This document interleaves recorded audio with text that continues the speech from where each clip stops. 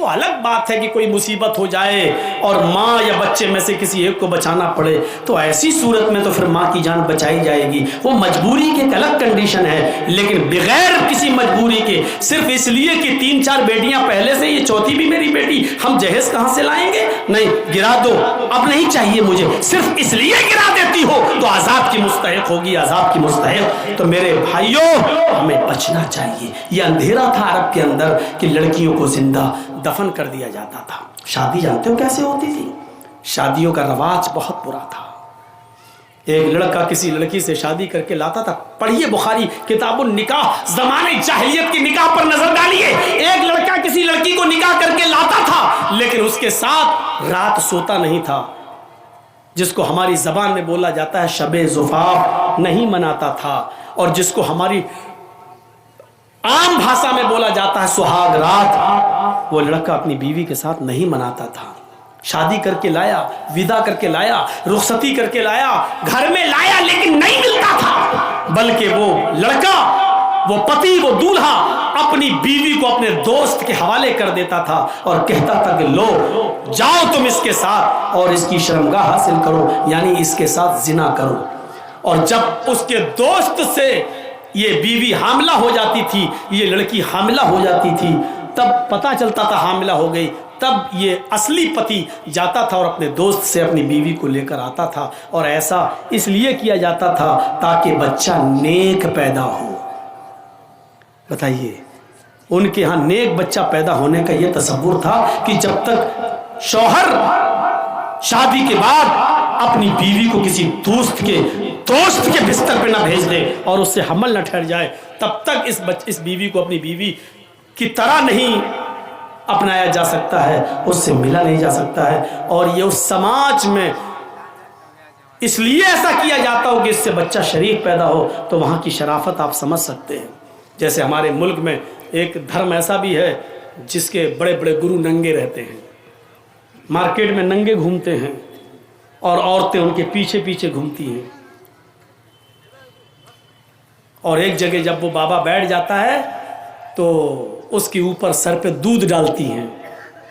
آج بھی یہ پرچلن ہے، اور وہ دودھ جب بہتا ہوا اس بابا کے مشین کے پاس آتا ہے، وہ گرو گھنٹال جو بنا بیٹھا ہے ننگا، جب بابا کی شرمگاہ کے پاس آتا ہے وہ دودھ اوپر سے، تو اس کو کٹورا لگا کے ایسے بھر لیتی ہیں، اور وہ دودھ گربھوتی عورتوں کو پلایا جاتا ہے، حاملہ عورتوں کو پلایا جاتا ہے۔ کیوں؟ تاکہ بچہ نیک پیدا ہو۔ اندازہ لگاؤ، مشین کے پاس سے آیا ہوا دودھ اور کٹورے میں بھرا گیا ہو وہ دودھ جب گربھوتی عورت پیے گی تو بچہ کتنا شریف پیدا ہوگا، اس سے آپ اندازہ لگا سکتے ہیں۔ اس کی شرافت کا حال کیا ہے، یہیں سے آپ اندازہ لگا سکتے ہیں۔ تو وہ ایسا ہوتا تھا۔ نکاح کا دوسرا طریقہ عرب کے اندر یہ تھا، نکاح کا دوسرا طریقہ عرب کے اندر یہ تھا کہ ایک ہی عورت کے پاس 3 سے اوپر اور 10 تک لوگ، 10 سے زیادہ نہیں، 10 تک لوگ آتے تھے، 3 بھی ہو سکتے ہیں، 4 بھی، 5 بھی، 6 بھی، 7 بھی، 8 بھی، 9 بھی، 10 بھی، 10 سے زیادہ نہیں، اس عورت کے پاس پورے سال جاتے ہیں۔ جب بچہ پیدا ہوتا تو وہ ان 10 کو، جتنے لوگ اس کے پاس آئے، وہ سبوں کو بلاتی اور کہتی کہ تمہارا معاملہ تو معلوم ہے، تم بھی ہمارے پاس آئے، تم بھی ہمارے پاس آئے، تم نے بھی ہم سے ملاقات کی، تم نے بھی ہم بستری کی، تم نے بھی ہمارے جسم سے کھلواڑ کیا، سب تمہیں تو معلوم ہے نا۔ سب کہتے ہاں، مجال نہیں تھی کہ نہ آئے کوئی، آنا پڑتا تھا، یہ سماج کا نیم تھا، آنا پڑتا۔ جتنے لوگوں نے اس عورت کے ساتھ جمع کیا، ہم بستری کی، زنا کیا، سب آتے۔ وہ عورت کہتی اب یہ بچہ پیدا ہوا ہے، سب خاموش بیٹھے رہتے، اس عورت کو اختیار ہوتا، وہ بچہ اٹھاتی اور ان لوگوں میں سے جتنے لوگوں نے اس کے ساتھ زنا کیا، اپنا بچہ جس کی گود میں ڈال دیتی، یہ اس کی بیوی مان لی جاتی، وہ اس کا پتی مان لیا جاتا، اور اس کا بچہ وہی مان لیا جاتا جس کی گود میں ڈال دیا، یہ اسی کا بچہ ہے۔ یہ شادی کا دوسرا طریقہ تھا عرب کے اندر۔ بس تیسرا طریقہ اور سن لو۔ تیسرا طریقہ یہ تھا کہ گنتی کی کوئی تعداد نہیں تھی، عورت اپنے گھر میں ہری جھنڈیاں لگا لیا کرتی تھی۔ ہری جھنڈی کا مطلب پورے سال جو ان کے پاس آنا چاہے، یہ اس علاقے میں طوائف میں شمار نہیں ہوتی تھی، لیکن کام طوائف والا تھا. پورے سال آنے والے کسی آدمی کو منع نہیں کرتی تھی. 9 مہینے 10 مہینے کے بعد جب اس عورت کی کوکھ سے بچہ پیدا ہوتا تو جتنے لوگ اس سے ملے سب کو بلاتی، اور مجال نہیں کہ کوئی نہ آئے، سب کو آنا پڑتا. سب کو لائن سے بٹھا دیتی. خانہ کعبہ جو پہلے ان کے ہاتھ میں تھا، وہاں قیافہ شناس کو بلایا جاتا. وہ آتا اور اس سے کہا جاتا کہ اس بچے کی شکل دیکھو، ان لوگوں میں سے کس سے سب سے زیادہ مل رہی ہے. وہ دیکھتا، چیک کرتا، اور اتنے لوگوں میں جس آدمی سے اس بچے کی شکل سب سے زیادہ مل رہی ہوتی، قریب ہوتی، یہ اس کی گود میں بچہ ڈال دیتا اور اس عورت کو اس کے ساتھ بھیج دیتا. یہ شادی کا تیسرا طریقہ تھا. محمدان دھکارم ناشم، محمد آئیں گے تو اندھیرا ناش کر دیں گے. اب دیکھیے اسلام جب آتا ہے تو زمانے جاہلیت کے سارے نکاح ختم کر دیے جاتے ہیں، اور اسلام نے عورت کو اتنی عزت دے دی کہ اب نکاح کے لیے جب بیٹھ گیا دولہا، پہلی بات تو بارات کا تصور ہے نہیں، اب آ گئی تو بیٹھ گیا تو پہلے لڑکے کا نکاح نہیں ہوگا، پہلے لڑکی کا ہوگا. ایک وکیل 2 گواہ لڑکی کے پاس جائیں گے، اس سے پہلے اجازت لیں گے، تمہارا نکاح فلاں کے ساتھ کیا جا رہا ہے، کیا تمہیں قبول ہے؟ وہ دستخط کرے گی رجسٹر پر، اور اس کا دستخط ہی یہ مان لیا جائے گا کہ اس کی اجازت ہے. پھر اس کے بعد لڑکے کا نکاح. یہ اسلام نے عورت کو عزت دی ہے. زبردستی کوئی کسی لڑکی کے ساتھ نکاح نہیں کر سکتا ہے. کچھ جاہل لوگ ایسے ہوتے ہیں، لڑکی کا نکاح کرنے گئے تو وہاں کہتے ہیں ہاں بیٹا فلاں کے ساتھ تمہارا نکاح ہو رہا ہے، تم نے قبول کیا؟ وہ بیٹھی ہے بیچاری شرم کی وجہ سے، اور یہ زبردستی ارے بولو بیٹا کیا، وہ شرما رہی ہے. اب بار بار کہلوا رہے ہیں بولو کیا. اب وہ بیٹھی ہے بیچاری. اب اس کی سہیلیاں بھی اس سے کہہ رہی ہیں بول دے ہاں ہاں بول دے. ارے جاہلو، زندگی بھر جاہل ہی رہو گے، پاگل رہو. جب حدیث میں ہے اذنھا سماتھا، اس کی خاموشی ہی اس کی اجازت ہے، تو کیوں زبردستی اس سے کہلوا رہے ہو؟ کنواری ہے، باقرہ ہے، غیر شادی شدہ ہے، اس کا زبان سے بولنا ضروری نہیں ہے. ایک بار آپ اس سے پوچھئے کہ فلاں فلاں کے ساتھ تمہارا نکاح کیا جا رہا ہے، کیا تم اس لڑکے کے ساتھ نکاح تمہیں قبول ہے؟ بس ایک بار اس سے پوچھئے. وہ خاموش ہو جاتی ہے، وہی اس کی اجازت ہو گئی. مت پوچھواؤ زبردستی. وہ خاموش رہتی ہے تو سمجھ لو کہ وہ راضی ہے. شرمیلی ہوتی ہیں لڑکیاں، نہیں بولیں گی جلدی، اس لیے بلواؤ نہیں زبردستی. وہ خاموش ہے، سمجھ لو کہ اس نے اجازت دے دی. رجسٹر بڑھاؤ اور کہہ دو کہ دستخط کر دو. پڑھی لکھی ہے تو دستخط کر دے، نہیں پڑھی لکھی ہے تو انگوٹھا لگا دے. ہو گیا نکاح، اس کی اجازت ہو گئی. اس کا زبان سے کہنا ضروری نہیں ہے. پھر لڑکے کے پاس آئیے اور لڑکے کا نکاح پڑھائیے. اسلام نے یہ اجازت، یہ عزت دی ہے لڑکی کو. لڑکے والے کو پیغام بھیجنا پڑے گا لڑکی والے کے پاس. آج کل تو لٹا سو رہی ہے. لڑکیوں کے ماں باپ پہلے ہی ہاں یہ لڑکا اچھا ہے، ان کے ماں باپ سے بات کر رہے ہیں، ٹھیک ہے بھائی میری بیٹی آپ کے لڑکے کے ساتھ نکاح. لڑکیاں والے آج جا رہے ہیں، جبکہ لڑکی والوں کو حق، ٹھیک ہے جا رہے ہیں، میں منع نہیں کر رہا ہوں، اجازت ہے جا سکتے ہیں، لیکن اسلام لڑکے والوں کو حکم دیتا ہے کہ وہ لڑکی کے اس سے رشتہ مانگیں، لڑکی کے ماں باپ کے پاس جائیں، ان سے لڑکی طلب کریں. اذا خطب الیکم من ترضون دینہ وخلقہ. اے لڑکیوں کے ماں باپ، لڑکیوں والوں، جب تمہارے پاس کسی لڑکے کا پیغام نکاح کے لیے آئے، تمہاری بیٹی سے شادی کے لیے آئے، اور اس لڑکے کا اخلاق تمہیں پسند ہو، اس لڑکے کی دینداری تمہیں پسند ہو، فزوجوہ، تو اپنی بیٹی کا نکاح اس لڑکے کے ساتھ کر دو. انکار مت کرو. اگر نمازی ہے، روزدار ہے، بااخلاق ہے، کماتا ہے، آپ کی بیٹی کو کھلانے پلانے کی طاقت رکھتا ہے، بس اتنا دیکھ لو. اگر اس کی دینداری، اس کا اخلاق تمہیں پسند آ جائے تو اپنی بیٹی کا نکاح اس کے ساتھ کر دو. اس دیندار لڑکے کا پیغام ٹھکراؤ مت، اس کو اپنے گھر سے مایوس مت جانے دو. اپنی بیٹی کا نکاح اس لڑکے کے ساتھ کر دو. اگر دیندار لڑکے کے ساتھ تم نے اپنی بیٹی کا نکاح نہیں کیا، ان لم تفعلوه تکن فتنة فی الارض وفساد عریض،